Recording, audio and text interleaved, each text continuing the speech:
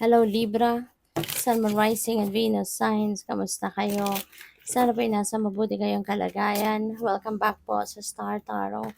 At kung bago kayo dito, welcome din po kayo. Please subscribe, like, share my videos, and leave me a comment po kung nakaresonate kayo. Thank you. So, tignan natin kung ano ang mga mensahe para kay Libra. So we have new beginning. So this is exciting. This is really beautiful, Libra, na meron tayong new beginning energy. Meron ditong bagong magsisimula. You're going to create something new in your life. You know, something na po pwedeng mapalago ninyo, pwedeng mapa-asenso ninyo, mapag-grow ninyo, yung ganon. So this could be trabaho, could be relationship, mga ganong bagay, no? Negosyo, yung ganyan. So, whatever the case may be, magsipag ka, sige, 'di ba? Kasi ito na yung pagkakataon mo para magawa mo 'yan. Kasi maaring 'yan din ang gusto mo, 'di ba? Maaring pinangarap mo din 'yan. Kaya ngayon may pagkakataon ka na, may opportunity ka na, go for it. Embrace what is new new opportunity this is. So we have gaslighting. Ang iba sa inyo siguro baka kayo yung biktima ng gaslighting. Maaaring pinapaikot-ikot kayo ng kung sino man. Maybe someone is, alam mo yun, dinidiktahan ka. Maaaring meron ditong tao na talagang pinapaikot kanya sa kanyang mga palad. Yung ganun ba? So, it's up to you. Diba? Kasi ikaw lang ang tanging makakapagdesisyon niyan if you are going to fight it, if you are going to break away from that situation, or kung kakalas ka na diyan sa taong yan. So, ikaw din ang mas nakakaalam. So, ikaw lang yung makakapagdesisyon kung ano ang sa tingin mo ang kailangan mong gawin dito. Alright? You're being controlled by someone. Yun ang pipick up ko dyan. So, divine timing has not yet come. Okay? So, just trust the process because the universe maybe is still aligning things, people, situations, circumstances, diba, along your path para na pagdating na kung ano man ang bagay na para sa iyo or sitwasyon na nakatakdang ibigay din sa iyo ng universe, lahat na yan nakalinya na, lahat na yan nakahanda na. So, baka kung ano man itong pinagdadasal mo or whatever this is that you are manifesting very soon, diba? It will happen.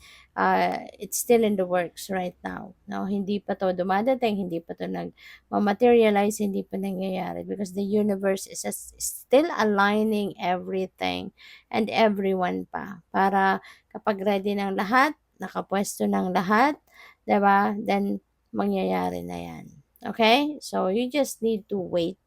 Alright? Kung ano man 'tong pinagdadasal mo, ano man 'tong hinihingi mo, 'di ba? Provided that it is for your highest good, it will just happen when it's ready. Alright? So tingnan natin kung ano pa ang ganap. We have deep knowing. Ayan. So, you know pretty much kung ano yung dapat mong gawin. Okay? So, feeling ko, this is related to this.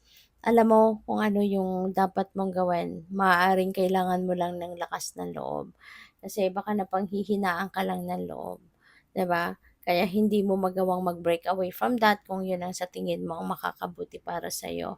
So, gamitin mo, no? Malakasan mo ang inyong loob, gamitin mo kung ano yung ideya mo or kung anong nalalaman mo, i-apply mo yan sa iyong sitwasyon. Okay? Kasi ikaw lang tayo makakapag-desisyon dyan. So, we have building blocks.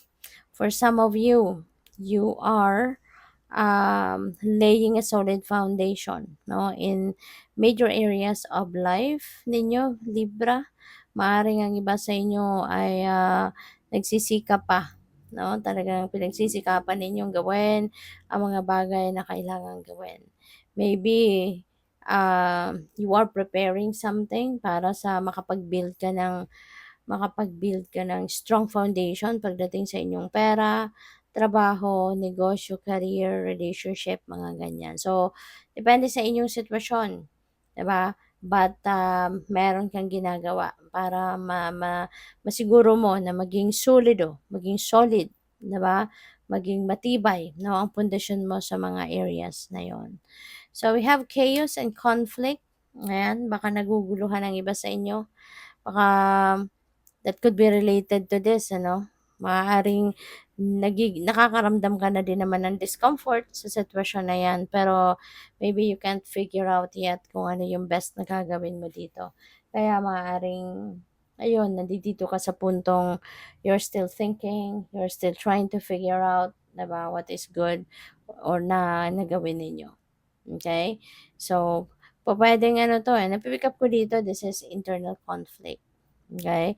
Maaring naguguluhan ang isip mo. Maaring yung laman ng isip mo, iba ang sinasabi at ng sinasabi ng puso mo. Oh, so feeling ko magkaiba siya. Kaya kung ano man ito, sana mapag-isipan ninyo mabuti. Follow what your intuition is telling you. Kasi yung intuition mo, yun ang yung intuition mo, yun yung mag-lead sa iyo towards the right path or towards the right decision. Okay? So, tignan natin kung ano pa ang ganap dito. Libra, ano pa ang mga kaganapan sa buhay ni Libra?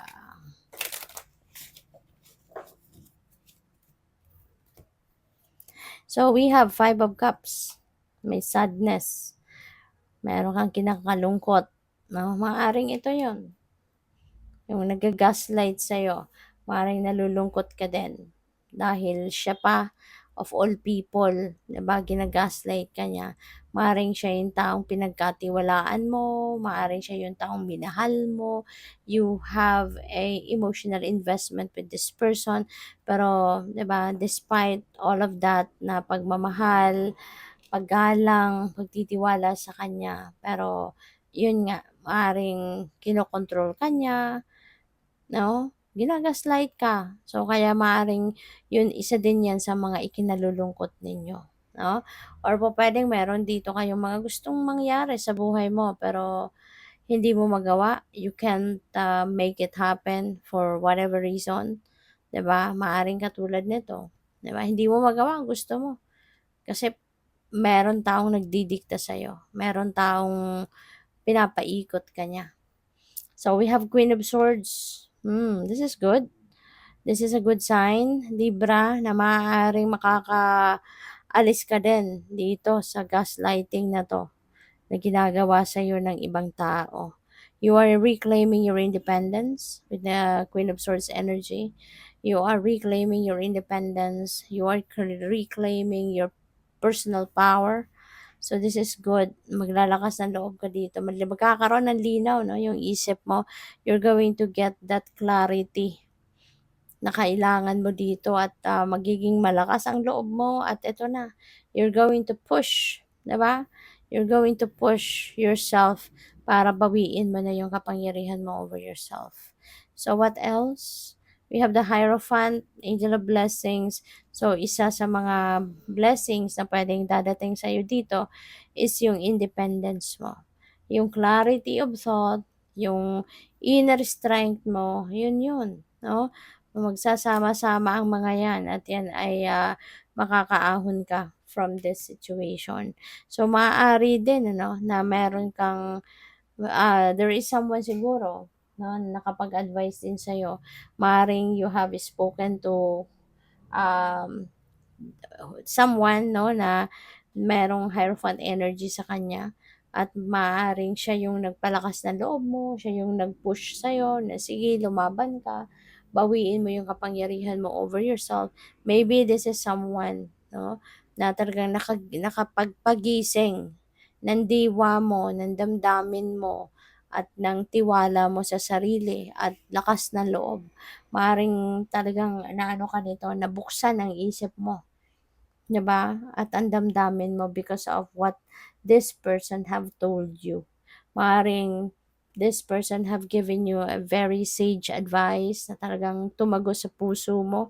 Kaya nagkaroon ka ng lakas ng loob, no? Na lumaban at bawiin ang kapangyarihan mo over yourself. So, good luck. Thank you for watching Love and Light. Namaste.